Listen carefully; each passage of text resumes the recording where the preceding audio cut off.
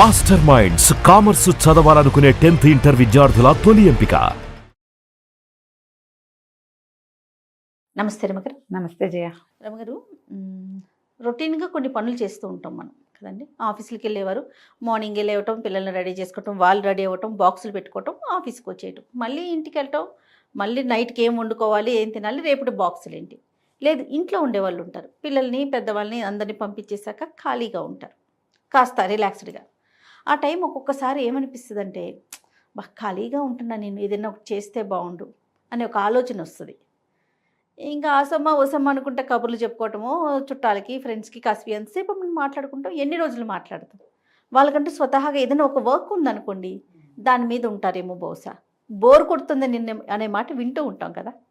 అలాంటి వాళ్ళు టైంని ఎలా ఫిల్ చేసుకోవాలండి? నీ బోర్ కొడుతోంది మాట పిల్లలు ఎక్కువగా చెప్తారు. కాసేపు నా బోర్ కొడుతుంది. హాలిడే వచ్చిందంటే టార్చర్ రమ్మగారు. టార్చరే. ఇప్పుడు ఇండ్లలో ఉండే ఆడవాళ్లే కాదు జయ, వర్కింగ్ విమెన్ కూడా పిల్లలు పెద్దవాళ్ళు అయ్యేదాకా ఒక టఫ్ టాస్క్గా ఉంటుంది.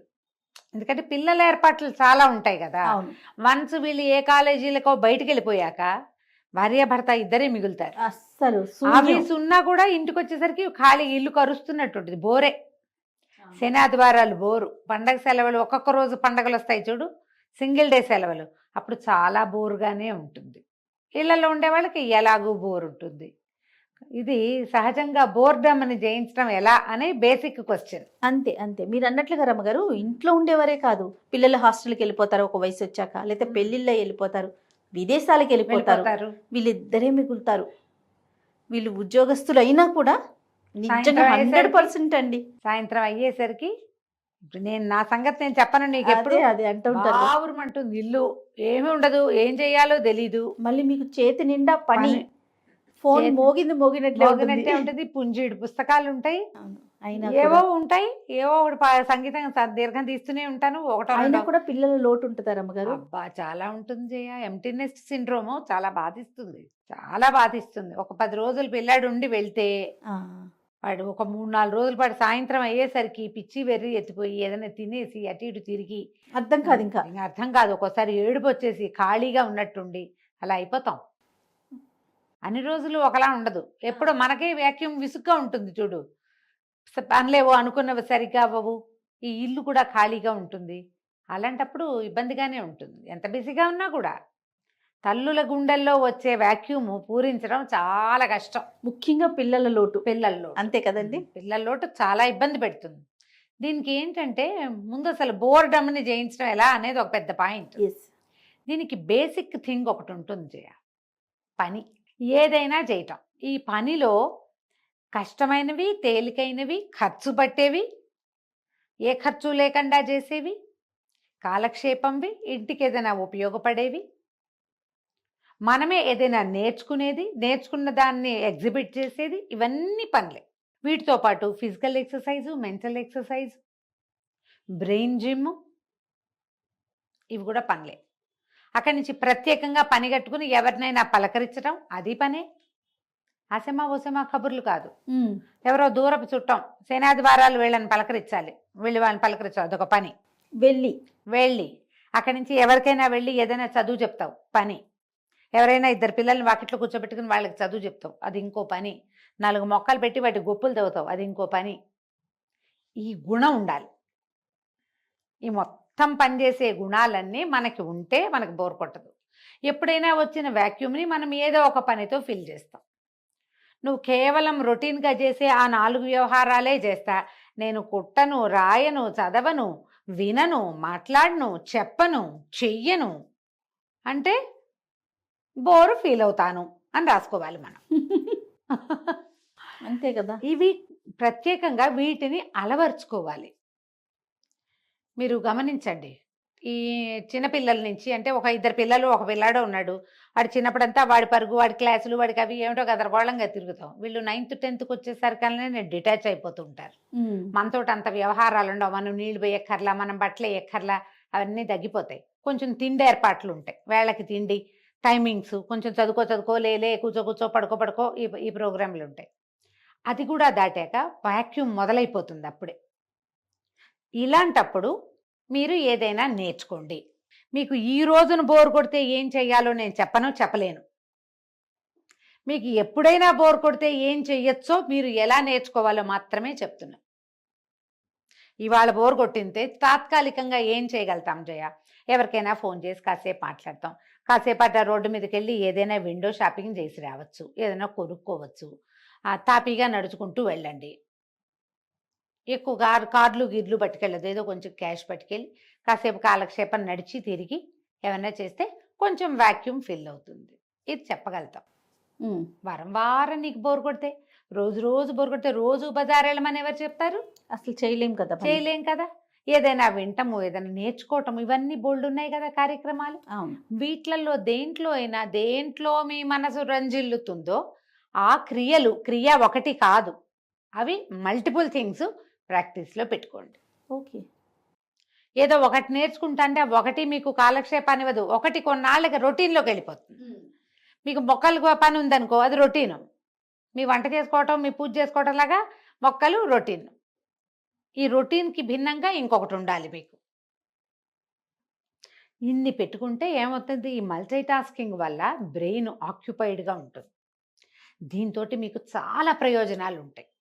మనకి అందాం, మీకు అంటే నేనేదో నా గురించి చెప్తున్నట్లేదు కదా, నాకు కూడా నేనైనా చేస్తా అదే. ఇందులో ఇల్లు తుడుచుకోవటం, డస్టింగ్, అన్ని సామాన్లన్నీ ఒకసారి మళ్ళీ రీషఫ్లింగ్ చేసి శుభ్రంగా సర్దుకోవటం, బట్టలు సర్దుకోవటం, పుస్తకాలు సర్దుకోవటం, పేపర్లు సవరించడం, పిల్లల బట్టలు సవరించడం, దేవుడి మందిరం సెట్ చేసుకోవటం. పిచ్చైపోకండి, ఒకటే చేయొద్దు.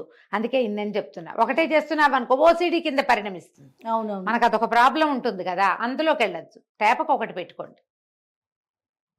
అక్కడి నుంచి రకరకాల డిఐవైలు. నేను ఎన్ని నూనెలు చేస్తాను జయ, నా సరదాకి నేను చాలా చేస్తా. క్యారెట్లు నూనె తోచింది అంటే చేసేస్తా. మందార నూనె చేసేస్తాను, ఏదో ఒక నూనె చేసుకుంటుంటే. ఇప్పుడు మల్లెపూలు వస్తున్నాయి కదా, సెంట్ చేద్దాం, మల్లెత్తరు చేద్దామని ఆలోచిస్తున్నా. నిన్న మొన్న మా పెరట్లో చిట్టి పువ్వులు 1-2 పూస్తున్నాయి. ఇవాళ మా కింద జ్ఞానశ్రీ ఇన్ని పువ్వులు పట్టుకొచ్చింది.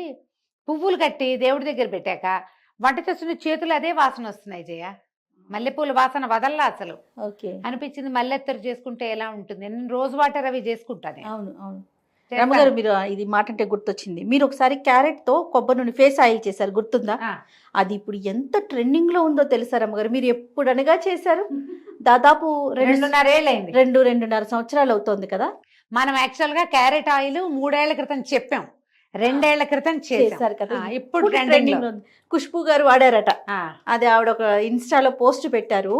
మన వాళ్ళేమో ఖుష్బూ ఆయిల్ నేను ఇన్స్టాలో చూస్తా ఉన్నా.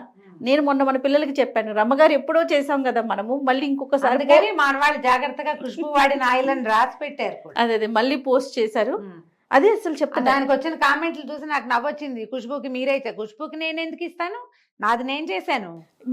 మీరు ఎప్పుడో చేసాం మనం, పాతది వీడియో. వీళ్ళతో వాళ్ళకి తెలియదు కదా, వెళ్ళలేదు కానీ. బట్ ఆయిల్ ట్రెండింగ్ లో ఉంది, మళ్ళీ పోస్ట్ చేయండి అని చెప్పాను. ఆయిల్ వీడియో చూసి ఓర్ని భలే వేశారే అని అనుకుని నా ప్రతి నా ఖుష్బూ గారి వ్యవహారం నాకు తెలీదు, నేను ఆవిడని ఎప్పుడు ఫాలో అవ్వలేదు. నేను ఆ వీడియో మెసేజ్లు చూసి అనుకున్నాను, ఓర్ నాయన ఎప్పుడో చేసాము, ఇది చేశారు. అవును, నేను అదే అనుకున్నాను. లేటెస్ట్ కాదు, కిచెన్ స్టార్ట్ చేసిన మొదటి సంవత్సరం చేసాం. అవును, ఇప్పుడు ఏంటి అత్తరు చేయబోతున్నారా? అత్తరు చేయబోతున్నా, చేసుకోవాలి, మళ్ళీ అత్తరు చేద్దామని అనుకుంటున్నా. ప్రాసెస్ తెలుసా రమ్మగారు? నేర్చుకున్నారా? తెలుసు, అడగమచ్చా, చెప్పమని అడగద్దు, నేను చెప్పను. ఇప్పుడు మనకు ఒక వీడియో చేస్తారా? కష్టం, టైం పడుతుంది, అది డేస్ వైజ్గా తాపీగా చేయాలి, టైం పడుతుంది. నిదానంగా చేసుకుంటే, మన పెరట్లో పువ్వులు ఉన్నాయనుకో, కాసిన పూలతో రోజు కొద్దిగా అట్లా తీసి పక్కకు పెట్టుకుంటే ఒక 10 రోజులకి ఆ పువ్వులు అయ్యే లోపల అన్నాలకంతా తయారవుతుంది. వాసన బాగుంటుంది, ఏదైనా చేద్దాం అనిపిస్తుంది.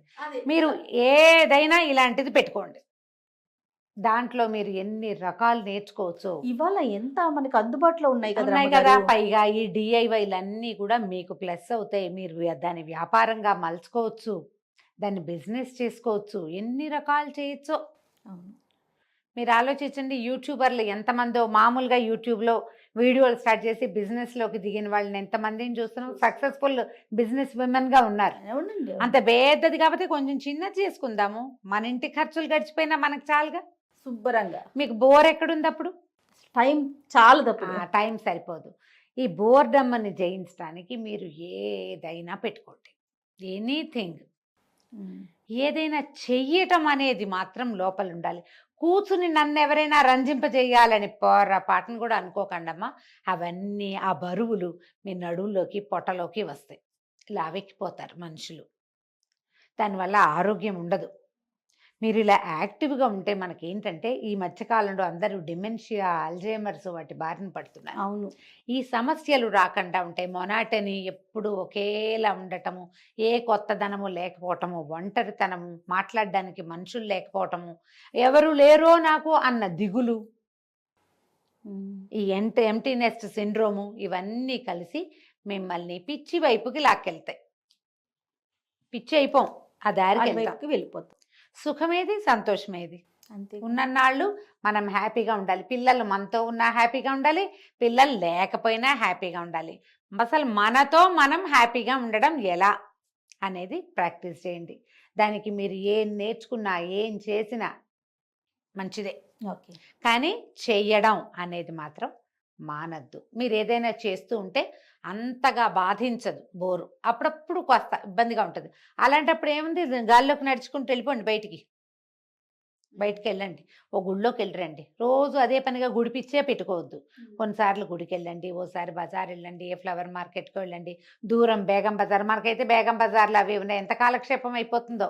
ఇది వరకు అయితే నేను మాల్స్కి వెళ్ళేదాన్ని జయ, ఇప్పుడు మా బయటికి వెళ్ళే పరిస్థితి పోయింది. కానీ నేను దాన్ని కోల్పోయా. ఎక్కడికైనా వెళ్తే అసలు నన్ను గుళ్ళోకి వెళ్తే దేవుణ్ణి కూడా సరాసరి చూడనివ్వటల్లా, అదో పెద్ద సమస్యగా ఉంటుంది. అందుకని నేను ఇవన్నీ పోగొట్టుకున్నాను. కొత్త ఊరు, ఏదైనా ఊరు వెళ్తే మాత్రం నేను అసలు రూమ్లో పడుకోవడం ఇష్టమే ఉండదు జయ. నాకు తిరగాలనిపిస్తుంది. పిచ్చిగా తిరుగుతాం మేము, అటు ఇటు బాగా తిరిగేసి కాళ్ళు పీక్కొచ్చేదాకా తిరిగి అప్పుడు వెళ్ళి పడుకుంటాం. ఇక్కడ అవకాశం లేదు కాబట్టి మీరు ఇది ప్రాక్టీస్ చేస్తే బోరు అస్సలు ఉండదు. అదంటే ఏమిటి అని అడుగుతారు మీరు. నిన్న మొన్న అనుకుంటాను, నేను కీర్తి లంచ్కి వెళ్తున్నాం రమ్మగారు అని చెప్పాను. టెర్రస్ గార్డెనర్ రాజకుమారి గారి ఇల్లు ఒకటి నేను చేసి వచ్చాను, ఇక్కడ మన శ్రీనగర్ కాలనీలో. ఆవిడే ఇన్వైట్ చేశారు మమ్మల్ని, తర్వాత మన TV5 కళ్యాణి గారిని, వీళ్ళంతా గార్డెనర్ ఫ్రెండ్స్ అనమాట. టెర్రస్ గార్డెన్ చేసేవాళ్ళు ఒక గ్రూప్ పెట్టుకున్నారు. ఇట్లా మమ్మల్ని కూడా ఇన్వైట్ చేస్తే వెళ్ళాం. అంతా మీ ఏజ్ ఒక 5 ఏళ్ళు అటు ఇటుగా, పెద్దవారు కానీ చిన్నవారు కానీ. ఒక్కరు కూడా ఖాళీగా లేరు రమ్మగారు. టెర్రస్ గార్డెన్ రన్ చేసుకుంటున్నారు కొంతమంది, అట్లా కాలక్షేపం. పికిల్స్ పట్టుకుంటున్నారు, రియల్ ఎస్టేట్ బిజినెస్ చేస్తున్నారు, తర్వాత పర్ల్స్ కానీ ఆర్నమెంట్స్ సేల్ కానీ ఇలాంటి. అంటే ఒక 4-5గురితో మాట్లాడా, 4-5 కూడా ఇట్లాగే పిల్లలు చదువులు అయిపోయి సెటిల్ అయిపోయిన పిల్లలు. వాళ్ళు మాత్రం ఎవ్వరు ఖాళీగా లేరండి.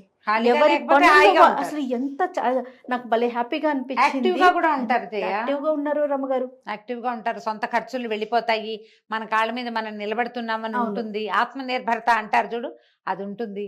హ్యాపీగా ఉంటారు, బ్లిస్ఫుల్గా. నలుగురితోటి మాట్లాడతాము, హ్యూమన్ రిలేషన్స్ బాగుంటాయి. చక్కగా కావాలనుకున్నప్పుడు ఇట్లా గుంపు అంతా కలుస్తున్నారు, ఏదో లంచ్ డిన్నర్ అరేంజ్ చేసుకుంటున్నారు, కష్ట సుఖాలు మాట్లాడుకుంటున్నారు. చాలా హ్యాపీగా అనిపించింది వాళ్ళని చూసినప్పుడు. అట్లా టైం చూడండి ఎట్లా స్పెండ్ చేస్తున్నారు అనేది. మరి మనం యువతరులలో చూసి నేర్చుకోవాల్సింది అదే కదా. అంతే కదా. ఆలోచించండి, ముందు రకరకాల పనులు చేయటం ఎలా అనేది ప్రాక్టీస్ చేయండి. తప్పకుండా రమ్మగారు. నమస్తే. నమస్తే జీ.